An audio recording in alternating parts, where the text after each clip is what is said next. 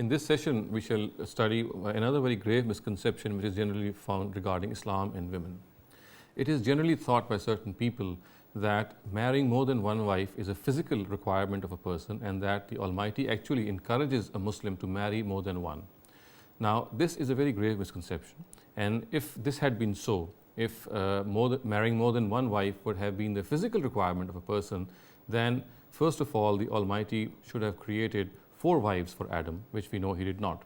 So therefore, if we study this issue in its proper perspective, and also this issue in history, we would come to realize that the real benefits of a family system materialize with the coming together of one man and one woman, with one wife and one husband. It has always been certain social, political, and economic factors which have at times induced people to marry more than once. And so therefore, the Quran also, in its own final Sharia which it gives, has given this advantage or this permission to Muslims that if they want, they can marry more than once. It has neither encouraged them to marry more than once, nor does it say that marrying more than once is a physical requirement of a person. This whole issue has been discussed in the Quran in a certain perspective, and according to that perspective, in those times, many Muslim women had become widows and many children had become orphans because many Muslim men had been martyred in various battles, particularly those of Uhud and Badr. And so the Quran, by taking advantage of this custom of polygamy, which was found in Arabia in those times, made a strong appeal to the Muslim society and said that they should come forward, and for the welfare of the orphans and of the widows, they should marry the mothers of these orphans so that they could be able to support them. And it made a very strong appeal, and so strong was this appeal that the Prophet himself took lead, and he married Hazrat Hafsa, for example, for this very reason. She had become a widow in her own times, and her husband had been martyred in a battle. So therefore, this issue has been mentioned in the Quran not as a directive of a Sharia, but because of the fact that a certain situation had arisen in those times, and the institution of polygamy was made use of to resolve this situation. And as far as the issue is concerned that Islam encourages a person to marry more than once, or marrying more than once is a physical requirement of a Muslim or a person, then this is absolutely wrong.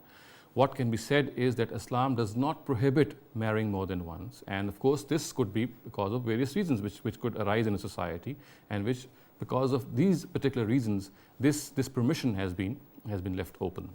Now, the verses themselves which mention this issue of polygamy need also to be studied in their proper perspective, and it needs to be gauged the actual prohibition which they tell us. The Quran says, وَإِنْ خِفْتُمْ أَلَّا تُقْسِطُوا فِي الْيَتَامَى فَانْكِحُوا مَا طَابَ لَكُم مِّنَ النِّسَاءِ مَثْنَى وَثُلَاثَ وَرُبَاعَ فَإِنْ خِفْتُمْ أَلَّا تَعْدِلُوا فَوَاحِدَةً. And if you fear that you shall not be able to deal justly with the orphans, marry their mothers that are lawful to you, 2, 3, 4. But if you fear that you shall not be able to deal justly with them, then only one. So it is absolutely evident from these verses that the only restriction which has been imposed regarding polygamy is that a husband or a person should not marry beyond 4 wives, and this too should take place only if he is certain or he is sure that he will be able to do justly with them.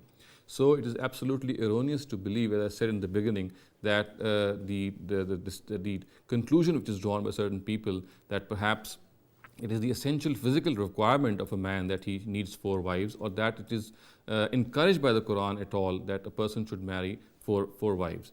Neither does the Quran encourage Muslims to marry 4 wives, nor is the case that marrying 4 wives is a physical requirement of a person.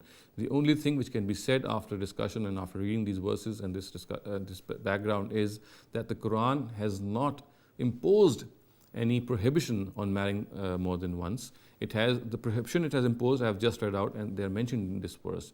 They do not relate to the fact that a person needs 4 wives physically, or that the Almighty encourages a person that he should marry 4 wives.